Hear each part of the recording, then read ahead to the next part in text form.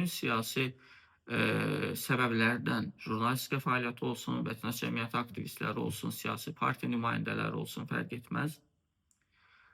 Onlar hər birisi ümid edirəm ki, tezliklə haqq etdiyi azadlıqlarına qovuşar və mübarizə siyasi mübarizə olmalıdır. Mübarizə şəxsi mübarizə, mübarizə şəxsi ədavətlər uğrunda yox, ideoloji və siyasi mübarizə yönündə olmalıdır və xalq da öz seçimini etməlidir ki, kim daha yaxşı bu ölkəni idarə edəcək, hansı partiya, hansı kəsim fərq etməz, təşkilatdırsa, hərəkatdırsa, partiyadırsa, bunlar ölkəni daha adil, daha ədalətli idarə edəcək və bu yetki ancaq və ancaq xalqda olmalıdır.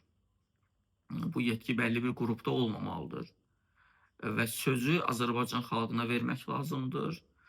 Səs haqqını Azərbaycan xalqına tanımaq lazımdır və bundan öncə də bütün siyasi məhbusları azad etmək lazımdır.